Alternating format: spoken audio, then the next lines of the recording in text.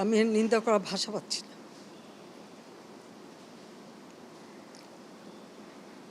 আপনার ধন্যবাদ। আমাদের স্বাধীন দেশে কি অবস্থা, দেশের এত এত মানুষদেরকে হত্যা করা হইতেছে, তাই নিয়ে দেশের প্রধানমন্ত্রী শেখ হাসিনা তার মনে কোনো কষ্টই নেই। তার মনে কষ্ট মেট্রো রেল পুড়িয়ে দিয়েছে, মেট্রো রেল কিভাবে ঠিক করবে, কাঁদো কাঁদো কণ্ঠে তিনি বক্তব্য দিতেছেন। মেট্রো রেল বন্ধ, কারণ এই স্টেশন যেভাবে ধ্বংস হয়েছে এটা সম্পূর্ণ ডিজিটাল সিস্টেম, ইলেকট্রনিক সিস্টেম, সম্পূর্ণ মডার্ন। এটা তো কতদিনের ঠিক হবে আমি জানি না। এই দেশের সরকারের কাছে মানুষের জীবনের মূল্য থেকে বেশি মূল্যবান মেট্রো রেল। তিনি আরো বক্তব্য দেন, মেট্রো রেলে কি আমি একা চড়ি, চড়বে তো সাধারণ মানুষ।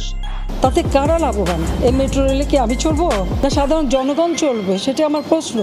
তার কথা নয় মেনে নিলাম, কিন্তু এইভাবে যদি মানুষদেরকে হত্যা করা হয় তাহলে কে চড়বে মেট্রো রেলে? সরকার? একটা কথা চিন্তা করেন, এই দেশের মাটিতে সাধারণ মানুষদেরকে হত্যা করা হইতেছে, একই সাথে পুলিশ আইনের লোকদেরকেও হত্যা করা হইতেছে। তারাও তো মানুষ, তারাও তো কারো না কারো মা বাবার সন্তান, কারো ভাই। তাহলে কেন এই স্বাধীন দেশে এরকম গণহত্যা হইতেছে? একটা সত্য কথা বলি, এত এত মানুষ মারা যাইতেছে, সরকার তাতে কিছুই আসে যায় না, কিন্তু যারা মৃত্যুবরণ করতেছে তাদের মা বাবার বুক খালি হচ্ছে। আপনাদের কাছে একটি প্রশ্ন, এভাবে গণহত্যার জন্যই কি 16 কোটি মানুষের রক্তের বিনিময়ে দেশটা স্বাধীন করা হয়?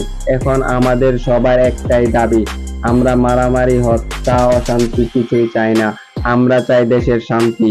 একই সাথে আমরা চাই আমাদের স্বাধীন দেশে যেন আমরা শান্তিতে বেঁচে থাকতে পারি।